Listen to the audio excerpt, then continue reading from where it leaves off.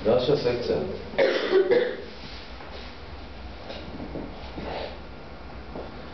Tá sekcia bude trošku prevísať cez tie ostatné.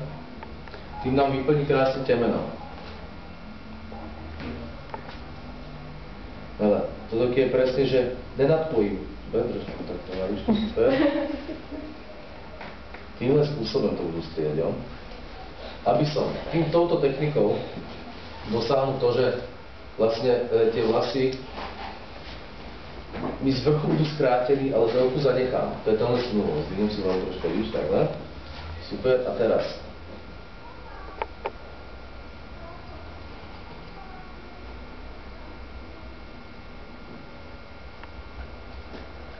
Tady už budú delať tvár akože kvázi do mikáda, budem to striať.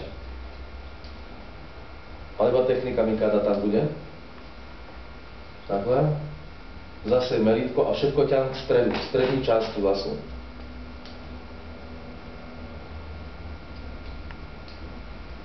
Tomu prvnímu vždycky to priťahujem sem, do stredu.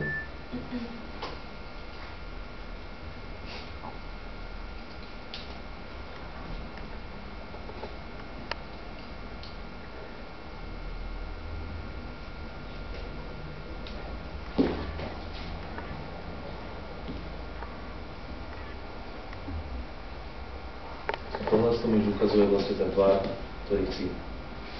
Jo? Ešte si to skontrolujem ešte jednou.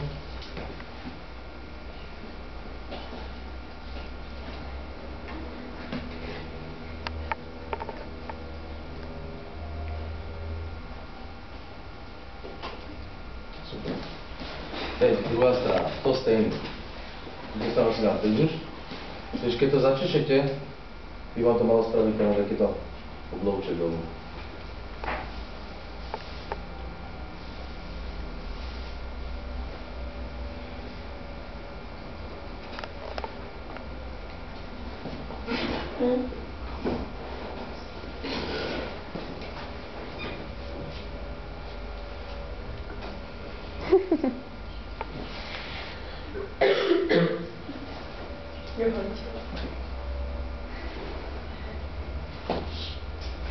Dôležité je ten jeden zástrih udelať úplne ten stejný ako ten prvý, jo?